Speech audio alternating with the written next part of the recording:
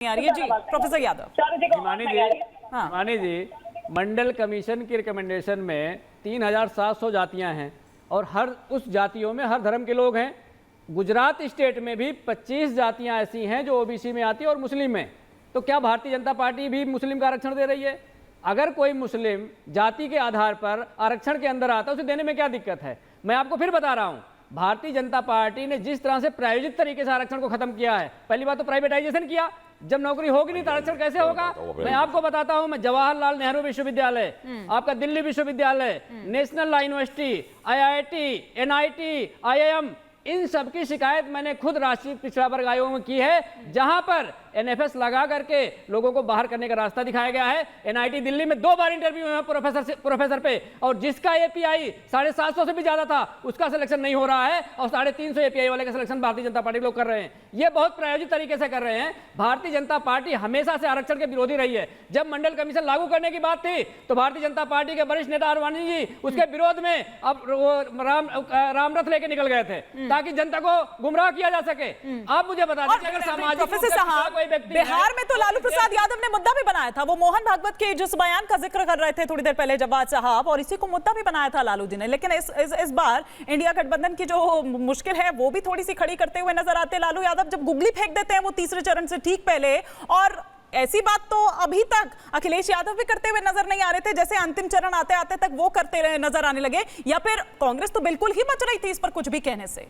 नहीं, भारतीय जनता पार्टी अपनी नाकामी को छुपाने का प्रयास कर रही है क्योंकि वो आरक्षण खत्म करना चाहती है। अगर भारतीय जनता पार्टी के सांसद कहते हैं कि 400 सीट हमें इसलिए चाहिए कि हम संविधान बदलना चाहते हैं, अरे तो आप क्या कर रहे हैं? और ये कहकर आप क्या कर रहे हैं? आपके नेता ने तो कह दिया ना, उसकी वकालत करते हुए नजर आ रहे हैं। तो ये संविधान बदलना नहीं हुआ, नहीं तो फिर कहां से बताइए ना, कहां से लेकर आएंगे? अरे तो प्रोफेसर साहब, हवा में कह देने से नहीं होता ना, बताइए कि कहां से लेकर आएंगे, कहां से लेकर आएंगे? ओबीसी, SC, ST इन्हीं का हक मारेंगे ना, इन्हीं में से देंगे ना। अरे मुस्लिम आरक्षण हो ही नहीं सकता कैसे, मुझे बताइए ना। जब संविधान में तो समझाइए अखिलेश यादव को, तो समझाइए ना अखिलेश यादव। मैं बता रहा हूं, तो अखिलेश यादव को समझाइए बोल रहा हूं कि कभी भी धर्म के आधार पर आरक्षण नहीं दिया जा सकता। ये उनको बताइए, ये उनको बताइए, समाजवादी पार्टी देने जा रही है। प्रोफेसर साहब, 2 पॉइंट मैं यहां कहना चाहूंगा आपके सामने। एक मुद्दा आपने बड़ा अच्छा उठाया, प्राइवेटाइजेशन कर दिया, आउटसोर्सिंग कर दिया। जो भैया जरा ध्यान देना, ये आउटसोर्सिंग कब आया? ये आउटसोर्सिंग आया 2005 के अंदर, और उस समय ये किया गया कि जितने क्लास 4 के जॉब थे, सिक्योरिटी के, सफाई के, इवन क्लास 3 तक के क्लर्क्स, कंप्यूटर ऑपरेटर वगैरह तक के, ये हम एजेंसी के थ्रू लेंगे। किसने किया? ये कांग्रेस ने किया। PPP मॉडल किसने लागू किया? सुन लीजिए भाई साहब, मेरी मॉडल किसने लागू आप मुझे पहले मेरी एक बात सुन लीजिए। मेरा ये बात पे बोलना, देखिए मेरी बात को पहले आप मेरी बात को गलत साबित कर दीजिए। आप PPP मॉडल पे, मैं आपसे बात कर रहा हूं प्राइवेटाइजेशन, एजेंसीज, आउटसोर्सिंग कौन लाया? और इस तरीके से कांग्रेस ने लाखों जो रिजर्वेशन के जॉब लोगों को मिलते क्लास 4 के और क्लास 3 के, उन जॉब्स को खत्म कर दिया बड़ी सफाई के साथ में। और यही नहीं, उन बेचारों को किन हाथों में डाल दिया? लुटेरों के, कि जो एजेंसी वाले उनको पूरी तनख्वाह तक नहीं देते थे। सरकारी ऑर्गेनाइजेशन से पूरा पैसा ले। मैंने देखा है, इग्नू के अंदर मैंने किया है, मेरा घिराव हुआ है।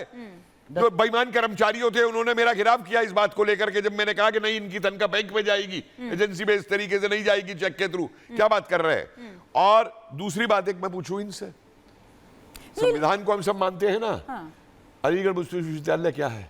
केंद्रीय विश्वविद्यालय है। जवाब साहब को लीजिए। अलीगढ़ मुस्लिम विश्वविद्यालय के अंदर आज तक SC, ST, OBC का रिजर्वेशन अपॉइंटमेंट के अंदर और एडमिशन के अंदर क्यों नहीं है? इसके ऊपर कोई आवाज क्यों नहीं उठाता? उस पर किसी, सुन लीजिए, किसी भी पार्टी का हो।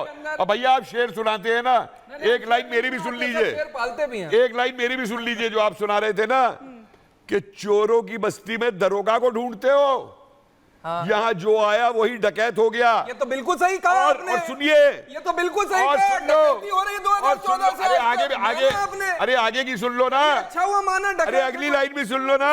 पूरा नहीं हुआ अभी। अच्छा, और जिसका डकैती से भी ना बड़ा पेट, वो लठैत हो गया। अच्छा, ये लठैत बने फिर रहे हैं आजकल ऑपोजिशन वाले। उस पे बात कर रहे थे जो चंदा लिया गया सर अभी। अरे छोड़िए यार, आप सही लोग पहचाना सर, रिजर्वेशन आपने, से मैं जंदे में आपकी मत तारीफ जाइए। करता हूं। सर, आपने अभी एक history- जंदे में बात करनी है तो जंदे में भी कर दूंगा आपसे बात में, आपने बात जंदे में कह भी दी। कर दूंगा मैं आपसे बात। जबान और से ये निकली चोरी बात, डकैती और जो जबान है से निकला जितनी तीर, कांग्रेस वापस ने नहीं की आता है सर, आप मेरे किसी बड़े और, हैं। अरे मुझे बताइए सर, आपने अखिलेश बात यादव ने कही। कितनों को रिजर्वेशन दे दिया था? सुनिए तो मोहब्बत से सुन लीजिए सर, हम तो मोहब्बत की बात करने वाले देखिए लोग मैं हैं। किसी राजनीतिक मैं- पार्टी का नहीं हूँ, मैं इसलिए आपको मुझे दो आपसे कोई वो फैक्चुअली चीजें बता नहीं दूं है। आप सर। करिए अपनी राजनीतिक पार्टी सर का। अगर मैं गलत हूंगा तो आप मुझे करेक्ट कर दीजिएगा। मैंने तो आपने correct किया। पहले आपने कहा 1961 से 1971 तक जो है वो अंग्रेजों के जमाने के अंदर जो अरे 1900 नहीं भैया, 1861 से 1871। अब अच्छा 1800 करा लॉर्ड, हाँ। हाँ पहला सर हुआ लॉर्ड माओ के द्वारा।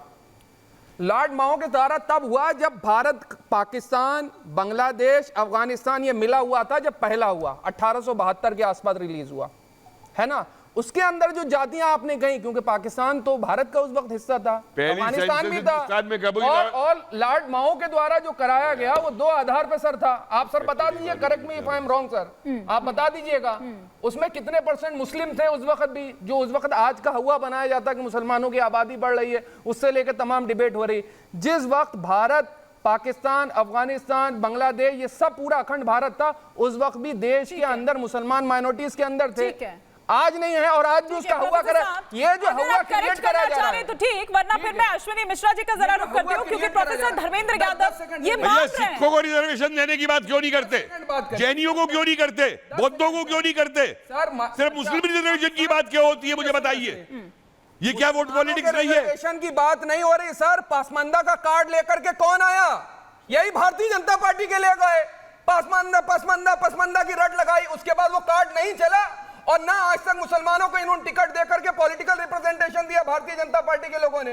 ये सत्ता में है, इनसे सवाल करा जाएगा। मैं भारतीय- और कांग्रेस जब सत्ता में थी तो उस वक्त भी सवाल होते थे सर, भारतीय जनता लेकिन मौजूदा पार्टी स्थिति को ये जवाब है दें कि मैं आपसे कि आज भारतीय जनता पार्टी से ठीक है। सवाल करने की एक क्विक हैसियत किसी के अंदर नहीं है रिएक्शन सर। ले लेती हूँ, एक दिक्कत क्विक ये है। रिएक्शन ले लेती अरे हूँ, भाई मिश्रा जी मेरे का एक रुख करती सवाल का जवाब दे दो। पॉलिटिकल बाद में रिप्रेजेंटेशन है नहीं। हाँ। उसके बाद आकर के कहते हैं कि हम जो है, अरे माननीय प्रधानमंत्री जी को क्या हो जाता है, कभी कहां बैठते हैं कि मैं मुसलमानों का बहुत बड़ा हितैषी हूं, फिर जाके भाषण में कुछ और कर देंगे, जाकर के कुछ और बयानबाजी कर देंगे, फिर आएंगे मेरा सिक्कों से बहुत पुराना रिश्ता है, मेरा जो है बांग्लादेश से बहुत पुराना रिश्ता है। अरे माननीय प्रधानमंत्री जी का रिश्ता ही हर जगह पुराना। अगर एक रिश्ता अच्छे से निभा लेते तो आज तस्वीर कुछ और ही होती। अच्छा, मैं कुछ ठीक है, कहना नहीं ठीक है, चाहता। ठीक है, ठीक और है। मैं कहना चाहता हूं, ठीक है, एक शख्स जवाद है साहब, जिसने बहुत पहले जवाद पहचाना था, साहब, उसका नाम जवाद था साहब, मणिशंकर अय्यर, जवाद जिसने साहब। पहचान लिया था। हाँ ठीक है मिश्रा जी, सही अभी पहचाना थोड़ी था। देर पहले धर्मेंद्र यादव जी यहाँ पर कह रहे हैं कि भैया हो ही नहीं सकता। मैंने तो कहा कि अपने नेता को बताइए। तो इनके नेता जब चुनाव से ठीक पहले, पोलिंग से ठीक पहले इस तरह के बयान देते हैं तो पोलराइज करने की कोशिश करते हैं ना आप लोगों के नेता जब इस तरह के बयान देते हैं, वरना क्या वर्गीय हो रहा है,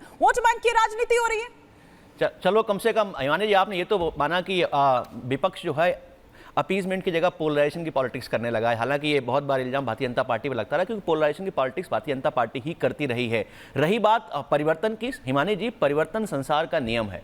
ये हमको देखना होगा कि वो परिवर्तन सही तरीके से हो, सामाजिक न्याय की बात करे। हम प्रबुद्ध लोगों को इंश्योर करना होगा जो बैठे हुए हैं सिस्टम में, कि वो परिवर्तन जब हो तो लोगों के भले के लिए हो, सबकी इंक्लूसिवनेस के लिए हो।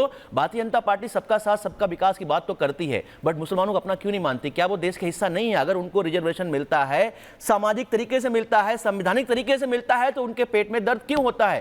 रही बात, बार बार क्लियर कर रहे हैं कि संविधान में साफ साफ लिखा है कि संविधान में कोई भी कानून धर्म के आधार पर नहीं बन सकता है। इसीलिए हमारा सीए के साथ भी विरोध है, और भारतीय जनता पार्टी जब भी ऐसे कोई कानून लाएगा विरोध करते रहेंगे। और मुझे नहीं लगता कोई भी ऐसा कानून ला सकता है जो धर्म के आधार पर होना चाहिए। जी, लेकिन धर्म के आधार पर पोलराइज करने की कोशिश, और फिर जब आप उधर आरोप लगाते हैं तो रिवर्स पोलराइजेशन भी होता है। बिल्कुल ये ठीक बात है, लेकिन समय इतनी इजाजत दे रहा है। हालांकि चारू जी के ऑडियो में आज बहुत प्रॉब्लम आ रही थी, बहुत दिक्कत आ रही थी। बहुत शुक्रिया आप सभी मेहमानों का हमारे साथ आज के सफर में जुड़ने के लिए। यहाँ पर रुकेंगे एक छोटे से ब्रेक के लिए।